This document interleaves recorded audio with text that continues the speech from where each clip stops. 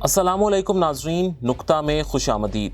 नाजरीन, इस दुनिया के पैदा होने से लेकर अब तक इस दुनिया में कई मज़ाहिब ने जन्म लिया, लेकिन इनमें से सिर्फ एक ही मज़हब ऐसा था जिसका असल मकसद और असल मतलब सिर्फ हक है, जिसका नाम दीन इस्लाम है।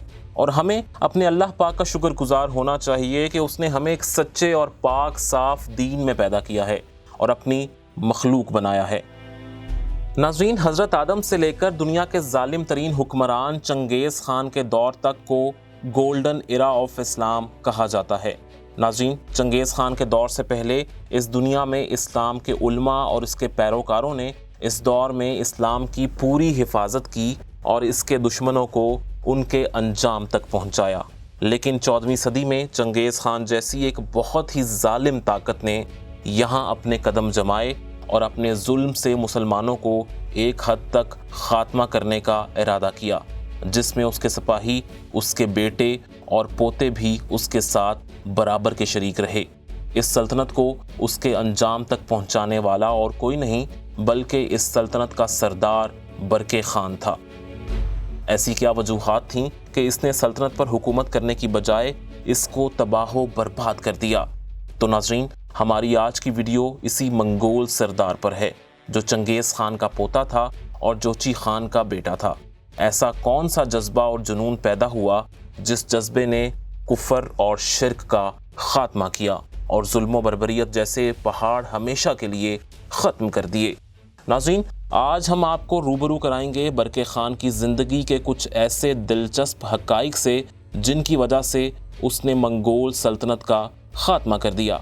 ये सब हक़ाइक़ जानने के लिए वीडियो को आखिर तक ज़रूर देखें। सबसे पहले नाज़रीन, हम आपको बताएंगे कि बरके ख़ान की पैदाइश कहाँ हुई और बरके का नाम क्या था और उनका नाम बरके ख़ान कैसे पड़ा।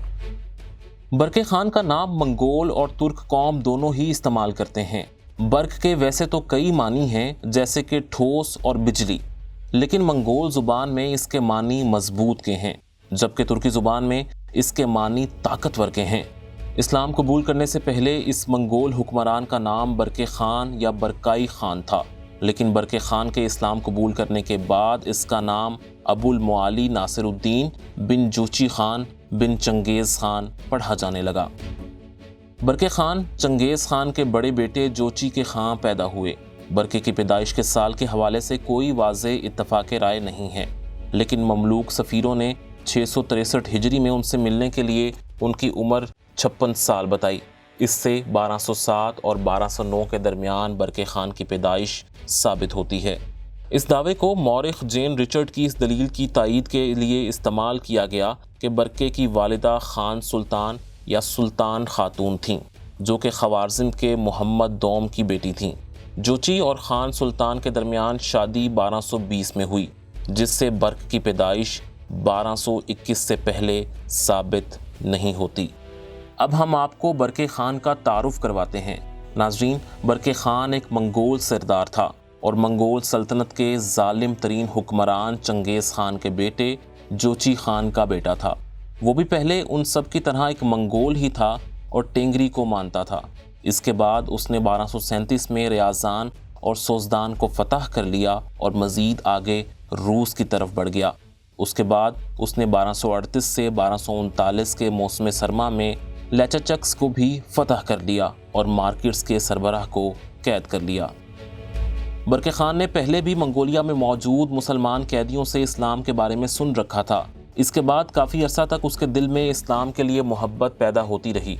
आखिरकार उसने 1552 में शहर बुखारा में इस्लाम कबूल कर लिया। बरके ख़ान ने नजमुद्दीन मुख्तार ज़री के हाथों इस्लाम कबूल किया। ये ऐसा मंगोल कमांडर था जिसने मंगोलों और तातारियों में से सबसे पहले इस्लाम कबूल किया। इसके बाद अपने साथियों के साथ साथ उसने अपने भाई तख्त तैमूर को भी इस्लाम कबूल करवाया और फिर 1255 में बातू ख़ान की वफ़ात के बाद उसके बेटों ने क़यादत संभाली, लेकिन नाक़िस सूरत हाल की वजह से बरके ख़ान ने तमाम मंगोल फ़ौज की क़यादत अपने पल्ले बांध ली। बरके ख़ान एक काबिल और ताकतवर हुक्मरान था। इस्लाम कबूल करने के बाद बरके ख़ान एक मुत्तकी और परहेज़गार मुसलमान बन गए। अब हम आपको बताएंगे कि बरके ख़ान ने अपने चचाज़ाद भाई के साथ आखिर जंग क्यों की। برقع خان کی اسلام سے محبت کو دنیا میں سب ہی جانتے ہیں۔ اب چونکہ برقع خان اسلام قبول کر چکا تھا، اس لیے وہ بالکل بھی ظالم نہ رہا، لیکن اس کے چچا زاد بھائی نے اپنے ظلم اور بربریت کے پہاڑ مسلمانوں پر ڈھانے برقرار رکھے۔ برقع خان کا چچا زاد بھائی مشہور ظالم حکمران ہلاکو خان تھا۔ ظلم کی جگہ محبت اور اتفاق سے پیش آنے کے حکم کو نہ ماننے کی وجہ سے اور مسلسل مسلمانوں پر ظلم کرنے کی وجہ سے برقع خان نے ہلاکو خان کے خلاف جہاد کا اعلان کیا۔ چونکہ وہ ایک سچے مسلمان تھے، اس لیے انہوں نے تاتاریوں کو بغداد پر حملہ کرنے سے روکنے میں بھرپور کردار ادا کیا، لیکن ہلاکو خان کے ساتھ مل کر تاتاریوں نے عراق پر حملہ کیا اور بغداد کو نیست و نابود کر دیا۔ اس میں صرف تاتاریوں کی مرضی شامل نہ تھی، بلکہ ہلاکو خان کی بیوی دوگوس خان چونکہ عیسائی تھیں اور مسلمانوں کے خون کی پیاسی تھیں۔ ہلاکو خان کا مقصد صرف ایک ہی تھا کہ کسی نہ کسی طرح اپنی بیوی کو خوش کر سکے، کیونکہ اس کی بیوی کی ایک شرط تھی کہ وہ اپنے آپ کو ہلاکو خان کے بستر پر تب پیش کرے گی جب بستر مسلمانوں کی کھال سے بنا ہوگا۔ ہر دفعہ اس کی مسلمانوں کو قتل کرنے کی ہوس ہر بار بڑھتی جا رہی تھی اور ہلاکو خان آگے بڑھتا جا رہا تھا۔ اس مرتبہ بھی عراق پر حملے کی اصل وجہ یہی تھی۔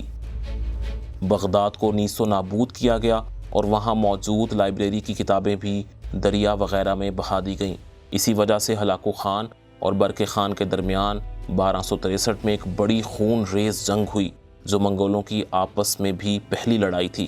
اس جنگ میں برقع خان کی مسلمان فوج نے اپنے جذبے سے ہلاکو خان کی بڑی فوج کو شکست دی اور ہلاکو خان کا غرور مٹی میں ملا دیا۔ اس جنگ میں مسجدوں کو شہید کرنے اور مسلمانوں کے خون کی پیاسی دوگوس خان کو بھی گرفتار کر لیا گیا۔ ہلاکو خان نے آخرکار آذربائیجان جا کر پناہ لی اور اپنی بیوی اور لشکر کی گرفتاری کا سن کر بیمار پڑ گیا اور شدید بیماری کی حالت میں مارا گیا۔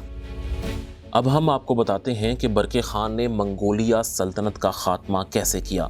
ناظرین، برقع خان کو اس دن ہی معلوم ہو گیا کہ اگر کوئی بھی منگول جو کافر رہا تو ظلم کرتا رہے گا، اس لیے اس نے چھوٹے موٹے منگول سرداروں کو دعوت اسلام دی۔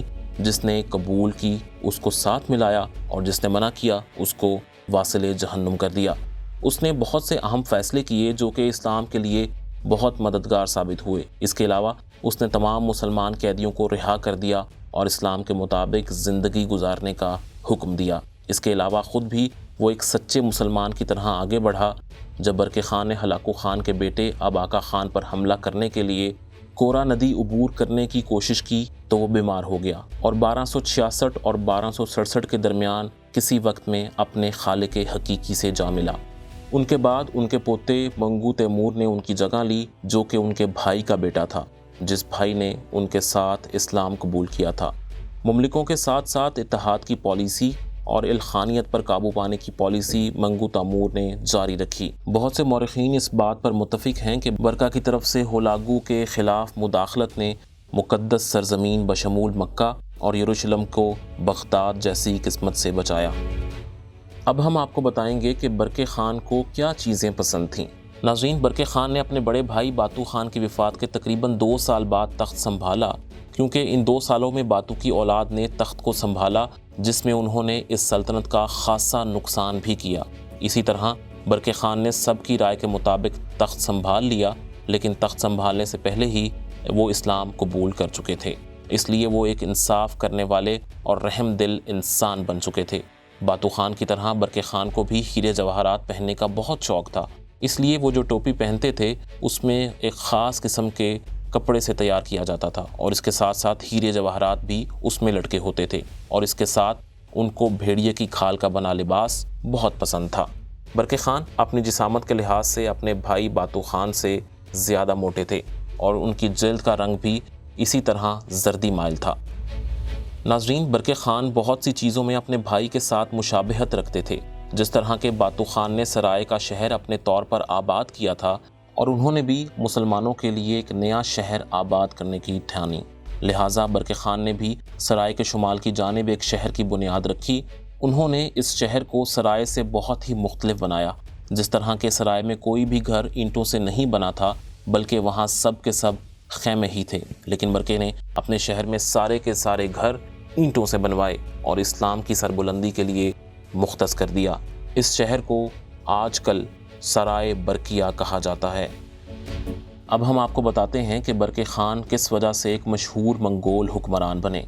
सन 1258 के अदवार में बरके खान ने अपने कुछ काबिल लश्करों को मगरिब की तरफ छापे मारने के लिए भेजा। ये लोग जहाँ से भी गुजरते लूट मार की इंतहा करते जाते, हत्ता के जहाँ से भी गुजरते लोगों ने इनके रास्तों को काली सड़कों के नाम से पुकारना शुरू कर दिया। ये दस्ते पोलैंड की सरहदों के भी अंदर तक घुसते चले गए। बात यहाँ तक ख़त्म नहीं हुई, ये लश्कर रूस के अंदर तक पहुँच गया और उनको भी रोंद डाला और इसके बाद लातीनियों पर भी ताबड़तोड़ हमले करना शुरू कर दिए, जो कि रूस के ताकतवर कबीलों में एक समझे जाते थे। इनको भी बड़ी आसानी से धूल चटाई और बेहद माल और दौलत समेटा। इस तरह सर्दी के मौसम में वो मगरिब और शुमाल की तरफ यलगार करते हुए अपने लिए काफ़ी कुछ हासिल कर रहे थे। मौरखीन का कहना है कि उस वक्त तक बरके खान का ख़जाना भर चुका था। वो इस्लाम कबूल करने की वजह से अपने पास तुर्क मुसलमानों को जमा करने लगे। नाजरीन, इस तरह बरके खान वो पहला मंगोल मुसलमान बना जिसकी वजह से पूरी सल्तनत में इनकलाब बर्पा हो रहा था। वो तुर्क मुसलमानों को जमा करता और मंगोलों के पास भेजता ताकि तबलीग इस्लाम दी जा सके। जो कबूल करता उसको साथ मिलाता। इसकी ताकत इस तरह बढ़ती जा रही थी। बातू ने एक और बड़ा कारनामा भी अंजाम दिया। वो ये था कि इस दौर में सल्तनत के हर शहर में चौकियाँ बनाई गईं, जहाँ मुसाफिरों के ठहरने का इंतज़ाम के साथ साथ वहाँ घोड़े बदलने का भी बंदोबस्त किया गया था। इस मंगोल बादशाह ने मंगोल सल्तनत का नक्शा बदल कर इसको एक इस्लामी सल्तनत बनाने तक की तक़वियत बख्श दी थी। अब हम आपको बताते हैं कि बरके खान ने मंगोल सल्तनत में क्या तब्दीली की और वो किस तरह की। नाजरीन, बरके खान से पहले मंगोल सिपाही सादा और नाकिस लिबास पहनते थे, लेकिन इसने एक निज़ाम ऐसा राइज किया कि मंगोल सिपाही कभी पैगाम देने या पहुंचाने के लिए जाता तो उसको एक ख़ास किस्म का लिबास दिया जाता, जो कि एक ज़मूर्द खाल से तैयार किया जाता था और इसलिए उसने एक ख़ास शाहरा मुख्तस की, जो कि शाहराए रेशम का नाम रखती है। नाज़रीन, जब कोई भी मंगोल सिपाही पैगाम लेकर यहाँ से गुज़रता तो लोगों को पता चल जाता कि ये ज़रूर कोई ना कोई सिपाही ही है, क्योंकि इसके लिबास के साथ घंटियाँ बांधी जाती थीं और इसके जिस्म पर रोगन मला जाता था और इसकी सवारी को ख़ास किस्म के लिबास पहनाया जाता था और सजाया भी जाता था। इसने ये शाहरा वहाँ बनाई थी जहाँ कभी पहाड़ों के दरमियान सिर्फ़ और सिर्फ नदियाँ बहने की आवाज़ आती थी। इन्हीं रास्तों से नए काफ़िले बआसानी सफ़र भी किया करते थे। आखिर में हम आपको बताते चलें कि बरके खान कब और कौन सी बीमारी में मुब्तला हुआ। नाज़रीन, बरके खान बहादुर मुसलमान बादशाह बन चुका था, लेकिन एक दफ़ा का वाक़या है कि वो अपने लश्कर के साथ शिकार पर था कि अचानक ही गिर गया। उसके ख़ास सिपाहियों ने उसे उठाया और उसको महल ले आए। एक मुसलमान माहिर तबीब ने आकर उनका मुआयना किया तो उनको गांठिया के मर्ज़ की तशख़ीस बताई गई और साथ साथ ये भी बताया गया कि ये मर्ज़ बरकाई ख़ान को तकरीबन एक अरसे से है और उन्हें ये मर्ज़ किसी के साथ रहने की वजह से लाहक हुआ है। तो यहाँ से अंदाज़ा लगाया जा सकता है कि ये मर्ज़ किसी और से नहीं बल्कि उनके अपने भाई बातू ख़ान से हुआ था, जो कि ख़ुद इस मर्ज़ का शिकार थे। नाज़रीन, ये थे बरके खान की ज़िंदगी के कुछ ऐसे हक़ाइक़ जो कि हमने आप तक पहुँचाए। अगर ये आपको वीडियो पसंद आई है तो इसको लाइक करें, शेयर करें और हमारे चैनल को सब्सक्राइब भी करें।